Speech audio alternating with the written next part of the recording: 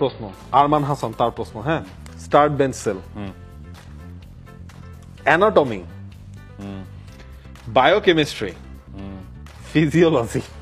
ভাই আমি তো ডাক্তারি পড়ি নাই রে ভাই। আচ্ছা আমি বলি, তবে এর মধ্যে বায়োকেমিস্ট্রি পড়ছি।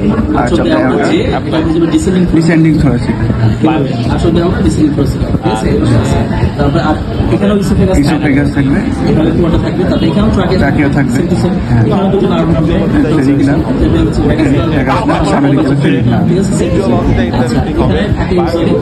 এটা হচ্ছে বড় একটা ইকুয়েশন থেকে কার্ডিয়াক ইকুয়েশন। কার্ডিয়াক ইকুয়েশনটা বেশি এইভাবে কেন এই প্যান মোড বলতে হয় because it lodges the left ventricle.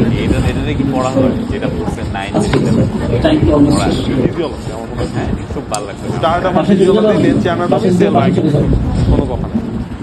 Cardiac equation দিই, কার্ডিয়াক ইকুয়েশন এখানে লেফট ভেন্ট্রিকল, লেফট ভেন্ট্রিকলটা অনেক বড় পার্ট, লেফট ভেন্ট্রিকলটা থাকে, লেফট ভেন্ট্রিকল থেকে